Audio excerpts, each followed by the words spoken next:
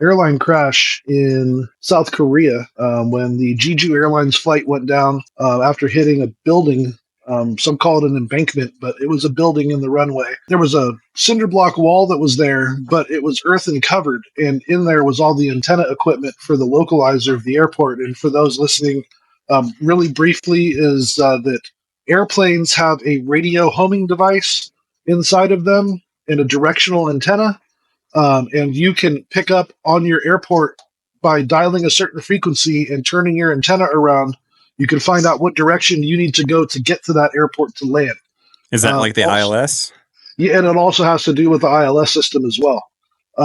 So it picks up on the ILS, and ILS stands for Instrument Landing System, which is part of the autopilot system on an aircraft. Mm-hmm.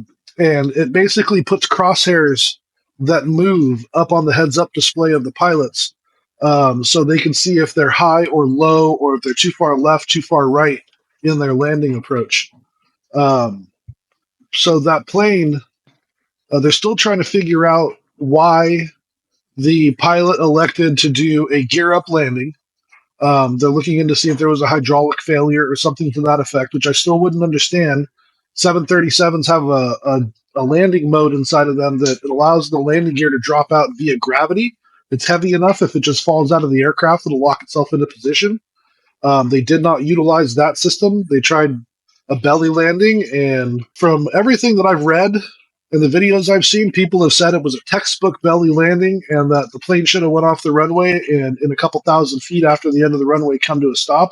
Mm-hmm. But because of that wall or that embankment, that building, it wasn't able to. But what you didn't hear in the mainstream is that the very next day in another airport in South Korea, in Gimpo, the same airline, Jeju Airlines, had another 737 takeoff, and it received a landing gear failure indication upon takeoff and had to return to the airport. And that was pretty tense for those involved.